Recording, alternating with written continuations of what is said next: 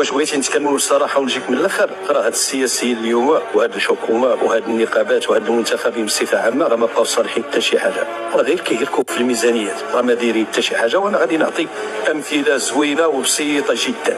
اليوم هي في المغرب غادي نعطيك مثال، عندنا 200 ألف سياره خاصه غير بالمنتخبين والسياسيين. هاد 200 ألف سياره غادي يديروها تقريبا كتخسر 150 درهم في النهار. إذا جينا نقيموها بحسبة بسيطة جدا غادي نجي نلقاو على أنها كتقام علينا ب3 الملاير في النهار، يعني 90 مليار في الشهر، يعني 1000 مليار في العام. دخلت عليك بالله، واش هاد الميزانية هادي ما كفيلة بتحقيق التنمية؟ الوزير اللي ما ينزل للسوق وما يعرف ثمن الاسعار، ثمن الزيت، ثمن الخبز، ثمن السكر، ثمن البصله، ثمن المطيشه، هذا ماشي مسؤول سياسي، هذا راه في بورشين عاجي وما يمكنش يعالج شؤون المغاربه. متوفره له السياره بالغازوال عامله، متوفره له لوطوروت ما كيخلصهاش، متوفر له لوطيل، متوفر له الماكله، متوفر له كل شيء. والحصيله اشنا هي؟ اش كيعطي هذا المنتخب؟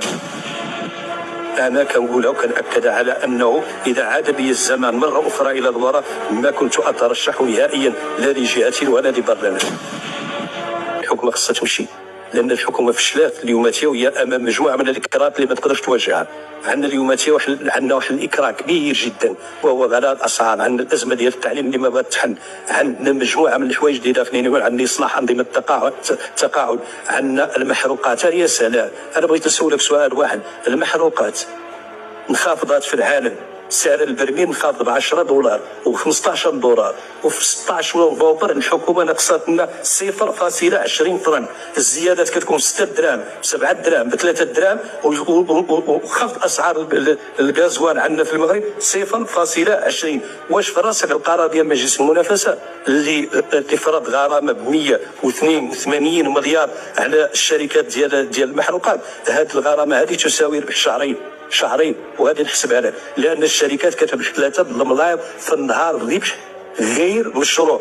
ضرب هذيك 3 الملاير في النهار في 60 يوم شحال غادي تعطيك؟ غتعطيك 180. اذا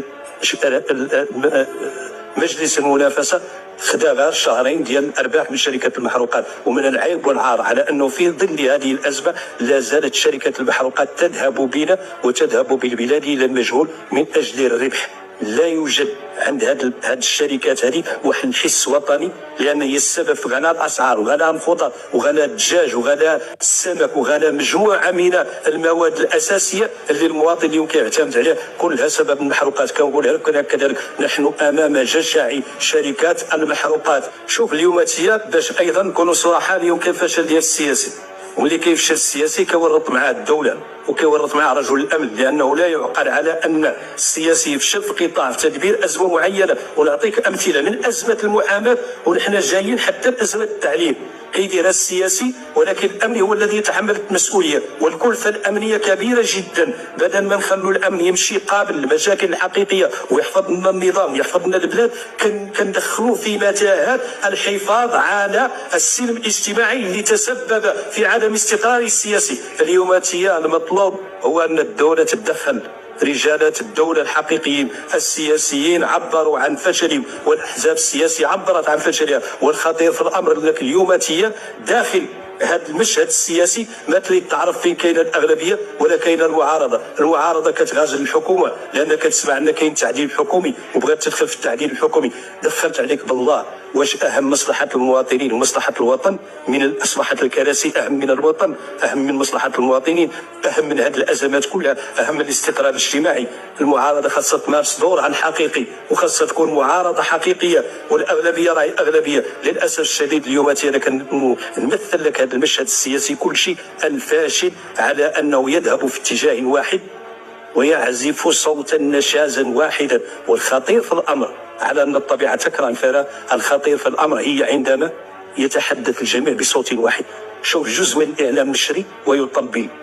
المعارضه ما كايناش، النقابات هي اعلنت افلاسها ولم يقبلها الاساتذه المتظاهرون الان في الساحات العموميه.